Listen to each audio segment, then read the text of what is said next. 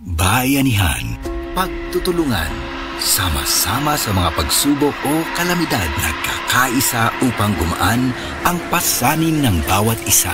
Tandaan ang sinabi, magpasan kayo ng mga daladalahin ng isa't isa. Galatians 6:2.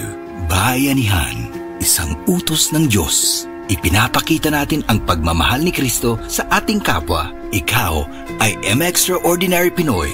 Brought to you by MX3 Coffee and Tea. Be M-Extraordinary with MX3. Kondora, para sa Pinoy, gawa para sa kailangan natin. Kondora, para sa Pinoy, kahit saan, kahit kailan maaasahan. Noon hanggang ngayon, ang ating kasama. Kondora, strong for the Filipino.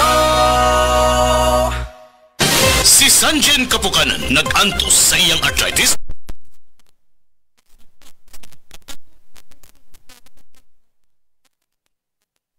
Arthritis or panakit sa mga joints. Relieve yun, sir. Naghapdas ko sa liniment. Dala-dala ang gid na ako. Unya dili man pag gumakuan kay ganahan ko sa baho. Humutan gid ko.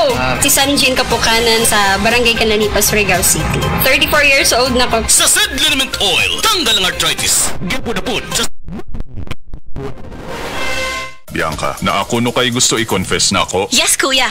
Last week, nigamit kog Silka Green Papaya Soap. Gitry lang na ako, kuya. Oh, nya, naakay nabantay ang pagbago. Di lang ako nakabantay, kuya. Silang ate, si mommy, si daddy, apel mga friends na ako. In as early as 7 days, na radiant akong kutis. Tanaw nimo, giunsa ni pagkahitabo. Tanaw na ako, kuya. Tungod kay boosted ni with green papaya enzymes. And with regular use, Kit-an kaayo ang kutis Silka in as early as 7 days.